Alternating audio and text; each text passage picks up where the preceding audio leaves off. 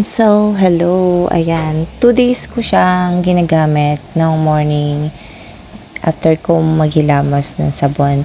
So, ayan, toner and sunscreen yung ginagamit ko pag day, and night naman, hindi na ako kumuha ka ng video kasi medyo mahaba na yung video nito. So, ayan, nag-enjoy pa rin ako. Wala pa akong nararamdaman sa part na yan na medyo mahapti-hapti or sa pang 2 days. Pero tung sa pang 3 days ko nakakaramdam na ako and nagbalat na dyan. Hindi siya halata sa camera dahil medyo malayo. So, nagtitiis ako sa hapte ng panggabi pag pinagsabay ko na yung toner tsaka cream. So, medyo makati na rin. Ito sa pang 40 ko, sabi nga nila, tiis ganda. So, ayun, diretso pa rin ako sa pang 40 ko and ayun, i-explain ko siya kung ano yung nangyari sa face ko nung time na nagbabalat siya. Basta, pakita ko pa rin yung paggamit ko hanggang sa part na itong sa pang 40 ko.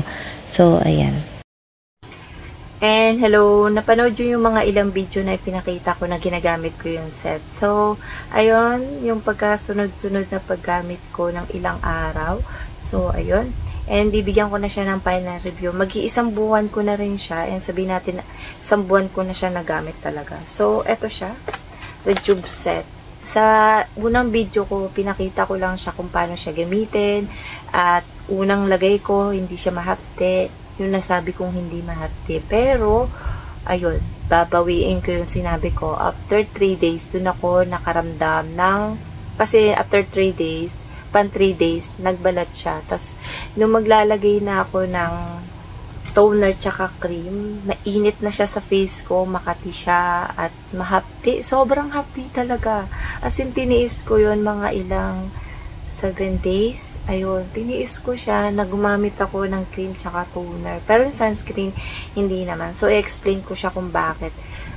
Hindi mahapti ito, yung isa naman mahapti, at naiba yung routine ng paggamit ng daily and night. So, ayan, dito naman ay nakalagay naman day and night na kung paano mo siya pagsusunod-sunurin. Ayun yung direction na nakalagay dito. May sabon, may toner, and cream and sunscreen. Ayan lang yung nakalagay dyan na pagsusunod-sunurin mo. Tsaka sa gabi, tsaka sa umaga. At depende sa effect ng face mo. Kasi meron ako nagamit na set na hindi mahapti ang Rejuve set. Ito, sobrang hapti. Sa lahat na try ko ay ito yung sobrang hapti. At nakita ko rin sa ibang mga review ng iba ay sobrang nahaptian talaga sila sa mga comment na nagawa ko nung nakaraang review nito ay ang daming mga experience na sobrang hapti, makate, at nasunog daw yung face nila. Ako, sa tingin ko, parang nasunog yung face ko. Pero hindi, yung pinakaibabaw ng face ko na malapit matanggal na yung skin, pero nangitim, na akala ko nasunog, pero hindi pala. So, natakot ako sa part na yun, kasi Rejuve nga to. Hindi naman kasi ako nagpapainit, kaya hindi ko masasabing nasunog siya. Kaya feeling ko talaga yun yung pinakaibabaw ng skin na parang nangitim, napatanggal na siya, kaya hindi siya nangitim. Hindi siya nangitim, natanggal lang siya ng kusa. So, ito yung Rejuve set. Ayan, tsaka, ayan, nakalagay naman dyan, na-explain ko na yan nung unang-una sa vlog ko. So, explain ko lang yung experience ko. Itong unang sabon na to, ayan, nangalahati na siya. Ito yung pinagamitan ko. Sa mukha ko lang siya ginagamit. Itong sabon na to, hindi siya nakakabalat. Explain ko mamaya kung bakit.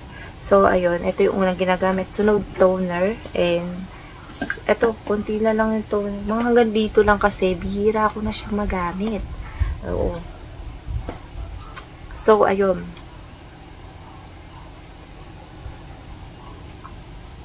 So, ayun, ginagamit kong toner na to. Tapos, etong cream sa gabi, tsaka sunscreen. So, wala na tong laman tong sunscreen na to. O, super ubos na ubos. Pwede nyo naman palitan ng kahit anong sunscreen dahil ito ay 12 days ko lang siya nagamit. Kasi maubos talaga yan. Ito yung ginagamit kong sunscreen kay Hikari. Tapos, ito naman, hindi ko na siya masyadong ginagamit. Meron pa siya, pero hindi na siya kapunuan. Ayan, ginamit ko talaga. Punong-puno to. Ayan, konti na lang, oh. Ayan. Hindi siya mangingitin dahil nakalagay siya sa maayos na lugar. So, itong toner, ayan, konti na lang siya. Nagamit ko rin to, pero hindi naman sobrang dami. So, ayun, explain ko na.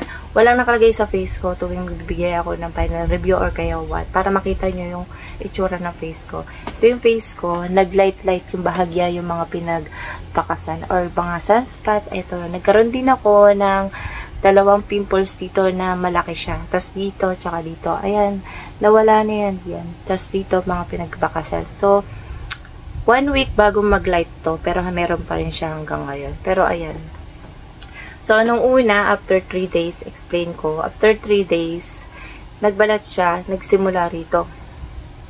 Dito, dito, dito. Nagulat ako, ang bilis ng pagbabalat niya. So, pang 4 days, ganun na nangyari hanggang balat. Nag 4 days hanggang maka 7 araw. So, nung time na 3 days na, dun ko naramdaman yung sakit at hapti nung time na ginagamit ko to. Nung umaga, naramdaman ko ng mahapti siya, mainit, tsaka makati, nagtutuldok-tuldok, nag-sunscreen, ayan. Pagdating ng gabi, ginamit ko pa rin to kasi nga, taste ganda. So, ito rin, ginamit ko. Mas mainit siya nung time na pinagsama ko to nung gabi yun. Sabi ko, hindi ko na matiis. Tas, medyo nagbalaw ako ulit. Ang ginamit ko na lang is, papakita ko lang Nung ginamit ko nung nagbalaw ako nung gabi, kasi nga, sobrang hapti nito nung gabi na hindi ko talaga matiis. Sabi ko, parang mapapano yung mukha ko. Kasi nga, nagbabalat pa rin hanggang ngayon doon sa ko. So, pang 4 days yun pang 4 days. Baka sabihin, magulo na naman mag-explain, no? Pang 4 days, nung binalawan ko, gumamit na lang ako ng ganto, tsaka ganto. Ito ay kay Papa Peel Moisturizing Anti-Aging. Ito naman ay toner, ayan. Vitamin, basta, ayan yan. Korean, siya. Korean toner to, ayan. And bago lang din to sa akin. Medyo hindi ko siya masyado ginagamit. Ayun. Pang 5th day, gumamit ako ng umaga ng sabon lang at sunscreen. Hindi siya mahapti at mainit. At kate, wala akong naramdaman nun. Nagbabalat pa siya nun Tapos pagka, pang 5th day na to pang 5th day ay naglagay na ako ng naglagay lang ako ng moisturizer tsaka sabon lang. Sabon tsaka moisturizer. Hindi na ako naglagay ng toner. So, ayun, ang ginawa ko na lang is pagdating ng mga sunod-sunod na araw, gantong araw, is ang ginagamit ko na lang ay sabon, sunscreen sa umaga, tas sa gabi ay sobrang bihira na to. Siguro sa ikatlong linggo o kaapat na mag-iisang buwan na rin, ayan, sa sunod-sunod na araw ay bihira na lang to. Sa isang linggo, 2 beses ko na lang siya ginagamit. Bali sa 8 linggo, ay 8 araw, kasama na yung Sabado at Linggo, 7 araw pala, ayun. Monday to Sunday is, 2 araw ko na lang to ginagamit. Sa 2 beses ko na lang siya ginagamit nung, sabay na to. So, nung time na yon, nung natapos na pagbalat ng face ko, doon ako hindi nakaramdam ng hapti at kati. Nung magkatapos magbalat yung face ko, doon lang talaga ako nakaramdam ng pang 4th to 5th day ko na sobrang hapti, dahil siguro nagbalat siya. So, nag-rest muna ako sa mga ganito bahagya. Tapos, ayun, hindi na siya. Nung time na nagkaroon ako ng pimples, ang part na yung nilalagyan ko ay eto na lang. Etong 2 toes. 3 araw, tuyo na siya. Pero may pinagbakasan pa rin siya. Ayan. Para mawala yan, nagagamit ako mga whitening cream, gano'n, para mawala siya. So, ayan. Ito ngayon ay na-step ko na dahil tapos na siya. Dahil nakuha ko na yung pinakagusto kong final review dito sa set na to. Kaya hindi na ako gumagamit ng ganito. Ayan. And ayan na yung mga face ko. Meron ako mga naging review nung mga una pa, mga iba yung review ko mga product. So, nakita nyo naman yung face ko. May time na nagbabalat, may time na hindi. So, ayan siya. So, sa mga natakot nung una, ang gawin nyo lang ay kung sobrang init, sobrang kate, hindi nyo na matiis, ibabad nyo lang sa tubig. Ganun-ganun hanggang mawala siya. So, kung hindi nyo na kaya yung tiis, pwede nyo naman na stop na lang, gano'n. Sabi nga, tiis ganda. Pero may time talaga na merong set na hindi sobrang hapte. So, ayun, hanes final lang. Hanes ko lang siya sa final ko lang to na hanas ako sa part ng pag-review nito. So, nagamit ko talaga siya. And gusto ko kasi makita yung resulta. Kasi sa iba ang ganda, sa iba hindi. So, hindi naman nasunog yung face ko. So, sa tingin man nasunog yung face mo. Dahil iyon ay, kung nagpapainit ka, ako kasi hindi nagpapainit ng sobra. Pero lumalabas ako, nagsa-sunscreen ako. Pero ang totoo niyan, pagka gumagamit ng rejuvenating set, wag na wag kayong gagalabas ng sobrang init. Doon magsisimula magkakaroon ng melasma, lalabas yung mga mga sunspot, hyperpigmentation, at iba-iba pang klase sa mukha na hindi nyo expect na ayaw nyo. So, ayun. Oh, singit ko lang pala to. Nadamay pala yung lips ko. Medyo nangitim-tikitim dito. Ayan. Pero nawala na siya kasi ginamitan ko na lip serum, parang ganun. Nakita ko lang din sa TikTok, umanap talaga ako kasi nagbabaak talaga dito. Ayan. Pero nawala na, gumaling na siya. 1 week na gumaling na siya nung time na ginamit ko yun. So, ipapakita ko siya kung ito siya. So, eto pala yun. Ayan. Putol-putol tayo. So, K-Beauty. Ayan. Nabili ko to sa TikTok kasi, ayan, ang daming na gumagamit. Ang tawag pala ay lip serum kiss. Sweet kiss. Ayan yung lagayan niya. Tapos eto. So, ipapakita ko sa inyo kung paano ko siya nilalagay. Tuwing umaga, pwede gabi, binababad ko para mawala yun nung time na ginagamit nila. So, wala nakalagay sa, kung mukha lang talagang ayan siya.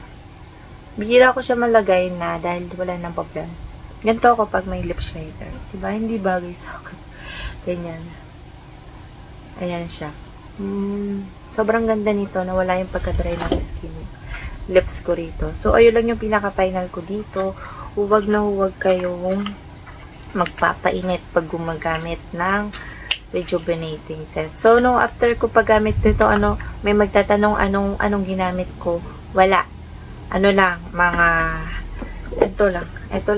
lang yung meron ako. Ito na lang kasi natitira. Halos ubos na rin kasi. Ayan. After nito, ito lang yung ginagamit ko. Tsaka itong toner na to. So, ayun. Bihira ako gumamit ng toner sabon. Pero patuloy ko pa rin ginagamit ito. Maganda to. So, pagkatapos ba gamitin yung set, may magtatanong, pwede bang gamitin sa katawan? Yes, pwedeng gamitin kung gusto mong gamitin. Hindi to nakakabalat sa face sa akin. Ewan ko lang sa iba. So, ayun lang yung masasabi ko and see you next vlog. Bye!